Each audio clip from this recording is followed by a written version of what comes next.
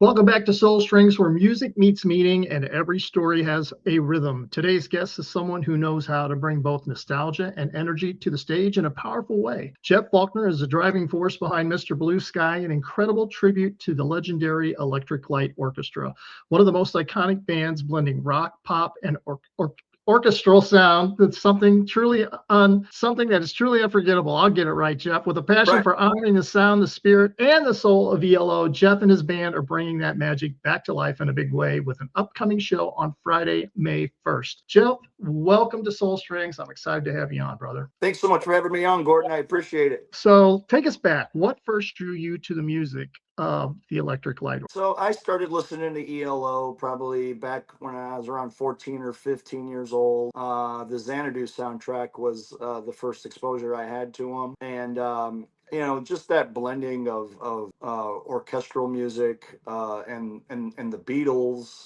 There's a lot of Beatle influences. The vocal harmonies. I've just always been a sucker for harmony. Jeff Lynne, he loved layering vocals, and just their sound just connected with me, as far back, to when I was 14 or 15. I've just become a bigger fan as the years have gone on. And you say that it's so interesting. I'm with you on that as far as harmonies and the layering of the vocal soundtracks. They have such a unique sound. I mean, I'm telling you, brother, you're taking on a chore when you do this. It's like, how do you go about recreating that with a live experience with the authenticity? Well, it takes 10 of us to do it. Yeah, I mean, I when I was putting it together, I wasn't quite sure how easy it was going to be because I knew I was going to need a string section. And I've just always been a rock band guy, and I know plenty of bass players, drummers, singers, that kind of thing. But I'm not affiliated with the orchestra scene in St. Louis at all. So I thought it was going to take me a long time to find the string players that I needed, but it actually came together really quick. And sometimes that's how it is with these kinds of things. If they're meant to happen, it'll come together pretty quickly, and that was the case with this. But yeah, it takes a lot of us to replicate the sound of ELO, because my goal from the beginning has always been to get it sounding as close to the record as we possibly can. We've gotten it down. We've been doing it now for 6 years, and we've gotten it pretty close to those records. So. Yeah, I mean, was there ever a time where you thought maybe this project's too big before you started? When we first started doing it, and I first started digging into the songs and realizing just how much stuff is in there. Yeah, I mean, it was daunting. But Oh, yeah. yeah, and it took a lot of rehearsal time. I mean, we were probably in rehearsals for 7-8 months before we did our first show. But the more we worked on it, the more we were able to incorporate all the elements that are on the record. And now that we've been doing it, like I said, for 6 years now, we've really like fine tuned things. So but even though we've been doing it for that long, there's still every now and then some things I'll hear in those songs and I'm like, oh, we're not doing that. We got to incorporate that, because there's just so much going on that it's hard to hear it sometimes. Has it ever been really a challenge to do that, to replicate this on stage? I mean, what kind of challenges has that brought? Yeah. I mean, when we started out as an eight, and I realized real quick that we were going to need a second keyboard player, and we were going to need a second violin player. Getting the most challenging part of ELO's music, as far as trying to replicate it and get it as close to the record that we're trying to get. The hardest thing is getting the strings where they needed to be, as far as the fullness of those, and then getting the vocal right, because Oh, yeah. like we were talking about, there's harmonies just all over that stuff. And it took a lot of work. As far as the vocals were concerned, it took a lot of vocal rehearsals and just getting in the woodshed and working on it and fine tuning it, and now we've got it where it needs to be. So I'm going to ask you two questions. What is your favorite ELO song to perform, and what is the most challenging ELO song to perform? My favorite is probably Mr. Blue Sky. We always close the show out with that. And, it was voted like the happiest song ever written by Rolling Stone, a bunch of other Wow, I didn't know that. musician. Yeah, Yeah. and it really does make people happy. The second we start playing it, you see the whole place light up. And smiles all over the place. It's just one of those songs that just makes you feel good. And as far as the most challenging song, probably "Fire on High" would probably be one of the more challenging ones. It's an instrumental, and ELO has lots of instrumental, and just musically, it's pretty complex as far as the chord voicings are concerned. As far as the arrangement is concerned, it's one of the more complex arrangements that they put together. Out of all the musicians in the band, who do you think has the most challenging job with this? More probably the string section. The string section, there, some of those string parts are pretty difficult. I would say the string players and then both of our keyboardists. Everybody's job is pretty difficult, but the string section and both of our keyboardists, like they're the ones who are bringing that orchestral element into it. And musically, that entails just a lot of, like I said, complex chord voicings and a lot of fast our patriotic scales and all that kind of stuff. So there's a lot riding on what those guys do. How does a band like yours prepare for a performance like this upcoming May 1st show?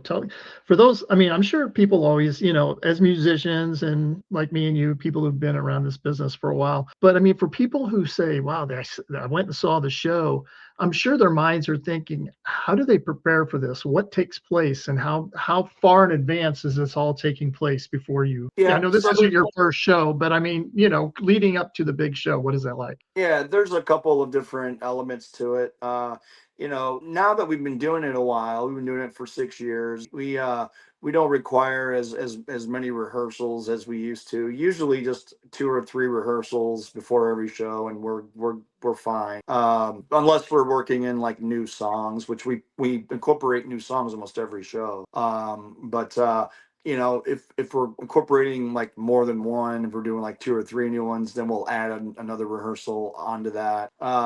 But that's the rehearsal element. Then there's like the lighting and visual element of the shows, which is which is also different every time we do it. And I work with a local production company in town, and every show we get together and we kind of make a game plan as to how we're going to approach this upcoming show. So when's the giant spaceship going to come into play? That creates the whole stage. When are we going to Yeah, see yeah. that? I would love to do that. I'm not sure. I'm not sure where I would rent one of those in St. Louis, but yeah, ELO did a whole tour where they came out. The whole stage was a UFO, and the thing would open up, and they would perform like on the UFO. And apparently it's funny. I've read articles about that tour where they used that, and they had all kinds of mechanical issues with that thing. And when you read the article about it and you read how many problems they had with it, it almost sounds like Spinal Tap a little bit. Like all the crazy things they had to deal with that thing. There were times when it wouldn't open up. So like the music they'd start playing, but the thing would still be closed, and you got to think that Spinal Tap kind of took Oh yeah. some of that stuff from that. So. What number show is this for Mr. Blue Sky? Oh, that's a good question. This is probably right around our 20th, Oh, okay. maybe. We're in that 20 to 25 range. We try to keep it. I try to keep it 3 to 4 shows a year in town, and most years we'll do a couple. Maybe 2 or 3 out of town as well. What is this upcoming show? What makes it special or different from the other ones you've done? So this is by far the biggest show we've ever done to date. Family arena, 10. I mean, the thing holds 10,000 people. So that's it's as far as the size of the venue and as far as what the crowd could potentially be, it's by far the biggest show that we've done to date. Is this the biggest show that you've done personally? Not the biggest show I've done personally, but it would probably run second, second biggest. But the great thing about this show too is that it's free. It's a free show. Yeah, how can you beat And that? we kind of look at it as a way to kind of pay back the people that have been coming to see us the last 6 years. Just a way to say thank you to them. We're going to do a huge show and it's going to be free and we want everybody to go. Oh, that's great. Well, let's talk about you a little bit. So this isn't the only type of tribute show that you do. Give me some of the others and tell our audience some of the other shows that you do. So right now, currently, it is the only tribute that I'm doing. Okay. But I've been involved in some other ones. I was doing I did a Coldplay tribute for a few years. It was a lot of fun, and that Coldplay one was really the only other one I've done. But I'm still involved in like 4 different musical projects that I currently do as well. So when you put on that Jeff Lynne wig and you get out there, how do you get into character? How do you get into the persona of Jeff Lynne before a show? It's one of the weird things about doing the ELO tribute is wearing the wig and the glasses, but it's one of those things where it's like, if you're going to do an ELO tribute, you got to do that. It's someone. Oh, yeah, I'm if, all if, about trying to make it look as authentic as possible. Yeah, whoever's taking on the Jeff Lynne role has got to at least attempt the look. Yeah. But you're right though. I mean, when I put that stuff on, it does help you get into the character a little. And Jeff Lynne, like, he wasn't a very flamboyant guy as far as his stage presence was concerned. But I don't know, man. Like when you put on certain clothes, you put on certain costuming. It just helps you get more into what you're doing. So give me some. All right, I always love to ask performing artists this. Give me one of your best experiences you've ever had on stage.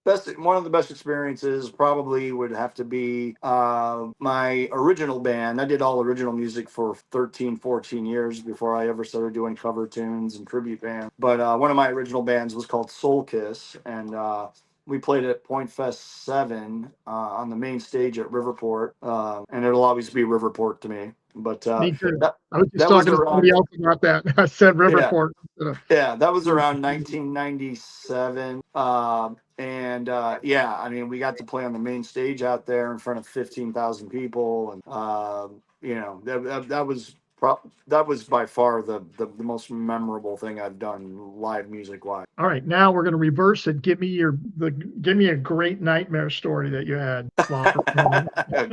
Great nightmare story. Well, I've had a lot of those, so I don't. It's hard to narrow it down to just one, But I remember, back in my original music days, we would do a lot of trade-off shows with bands out of town. Like they would come here, play a show with us, and then we would go to Chicago and play a show with the band that came here from Chicago. And one time we did that with a band from Wichita, and they came here and played with us at Mississippi Night in front of like 700 people. Or no, it was more than that. It was like 1,000 people. And then we went to Wichita like a couple of weeks later and played with them at a place that we played in front of like 5 people, and we made zero money, slept on the floor of one of the fans that was there, their apartment. And then we dined and dashed at Denny's and left, They're still looking for you. Yeah, right. All right. So how many people in the band? You have 10 members in the band, right? We have 10, yeah. So who's all in the band? So we got Ben Moyer on bass, and then Steve Bonk on drum, Susie Eisenbeiss, who sings background, and she plays guitar as well. Abby Stahlschmidt on violin. Jake Brookman on cello. Jesse Youngblood on violin. Stephen Winter on keyboards. Charlie Brown on keyboards. Dave Watkins on guitar, and I think that's everybody. And then me. Yeah. Wow. How long is the show? So all of our shows are usually around 2 hours, right 2 around hours? there. Yeah. You have anybody opening up for you? So we have a band called the Breakdowns opening up at Family Arena, and a bunch of young kids, and they write and record their own music, and really really good, a lot of energy, and it'll be fun. A lot of fun. So that's great. You say they're a young band that does their Yeah. own music? What is their age group? So they're all like, I want to say in that like 21 to 23 kind of age group. That's crazy. I just had an interview with Dave Glover with his band that's coming out. Oh yeah. And we were just talking about that. We were talking about, we really don't see any bands. I mean, when me and you were growing up, I mean, I was playing stages. There was hundreds of bands that were our age, young 19, 20-year-olds, and we were all playing music. That was the thing to do in the 80s. Yeah. And now you just don't see live performances by a lot of young bands. All of us guys that are older now, we're still playing. It's still all of us old guys. But that's great to hear. It is a weird thing. You're right. I mean, back in the day, and there were so many bands. A lot of young musicians. Nowadays, it doesn't seem to be as much. Right. But I don't know if young kids are as into the whole like rock and roll thing as we were. Their music interests are kind of more EDM kind of based. You don't see a lot of young kids going out to nightclubs watching cover bands. Yeah, that's so true. They go to a lot of like the EDM shows. A lot of them don't even go to shows. It's a weird thing. Yeah. Tell us, what is something that most people don't know about Jeff Faulkner that you can share with us today? Well, most people don't know. When I'm not working, I just appreciate my downtime. Try to find just as much of a peaceful atmosphere as I possibly can. I'm pretty shy when I'm not in the music world at a gig or whatever. I keep things pretty simple. I love going to see music when I can, but I work so much that it's hard to do that. So I'm a big foodie, so I eat out maybe way more than I should. But other than that, I love to travel too. I try to get at least a couple long trips in a year. Just got back from Hawaii about a month ago. So traveling is probably my most favorite thing to do in the world. So what's your go-to food? It's like you gotta have what's your food? My go-to food, I love I try to eat as healthy as I can, but when I'm cheating, pizza is probably what I'll go get. And whose pizza are we getting? So thin crust. There's a place called Shotzi that's out near Ronnie Plaza in South County. Oh, okay. To me, they have the best thin crust in town, and then thick crust would probably be Blackthorn, which is in the city. You give me some new ones here. Yeah, Blackthorn. It's down in the South Grand area, but it's as close to real Chicago style deep dish in St. Louis that I've had. Blackthorn, I never heard of that. Shotzi's I've heard of. I've never been there, but we're gonna have to try it. Me and Kelly love pizza too, and it's like we're gonna have to try that. So Shotzi's is just this little hole in the wall, little bar Like I said, it's right down the road from Ronnie's Plaza. But I mean, just unbelievable thin crust pizza. It's so good. That's awesome. All right, let's have a little fun here. Favorite ELO song of all time? My favorite ELO song of all time is probably Showdown. Showdown. Yeah. Vinyl or streaming? Streaming. Streaming. Why streaming over vinyl? I was thinking you were going to be a vinyl guy. The reason for me, I mean, vinyl sounds better. Analog is always going to sound better, but you know, most of the time I'm listening to music, I'm out and about. So I just love being able to have my entire music collection in my phone. I can take with me. You know. Are you a morning person or a night owl? I'm kind of in, you know, I'm usually up by like 8:30. You know, so I'm not sleeping in real late. You know. Now, have you ever met Jeff Lynne? No.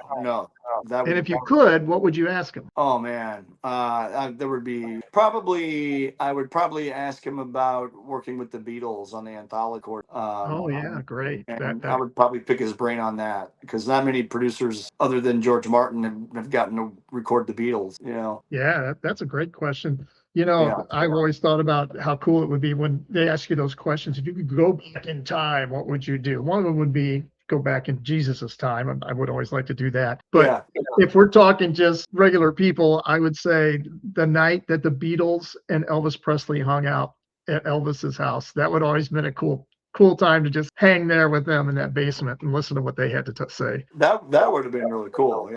Yeah. So who outside of ELO, who's your biggest musical influence? The Beatles. The Beatles? The Beatles. Yeah. Let's go there. Favorite Beatles song?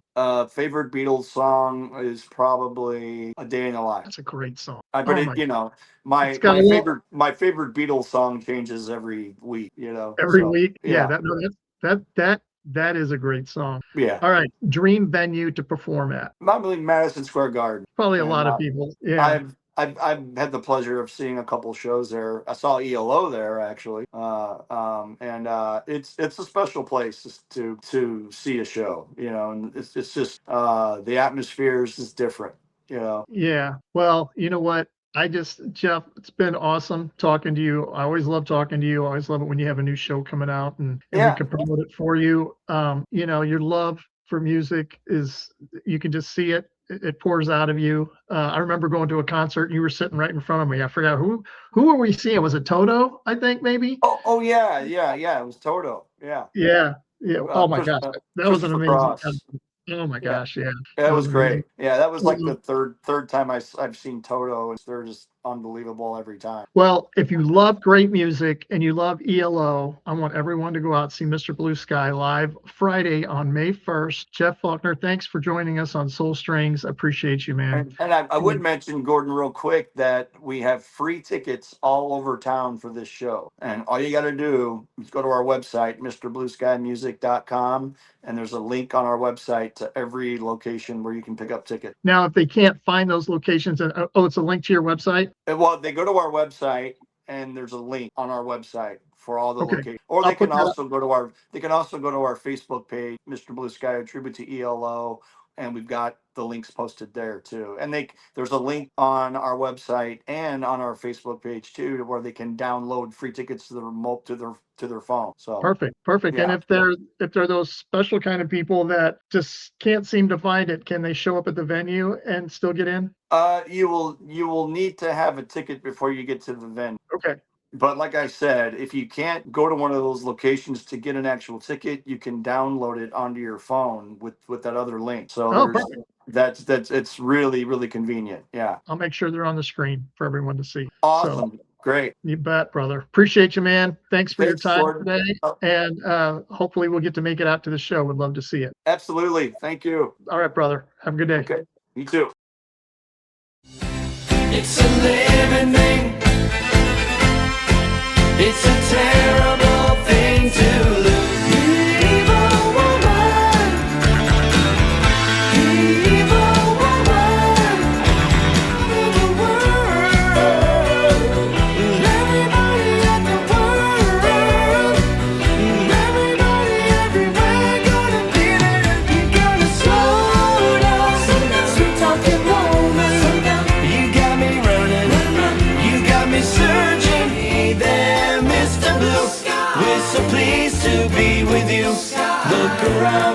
what you do. Everybody smiles at you.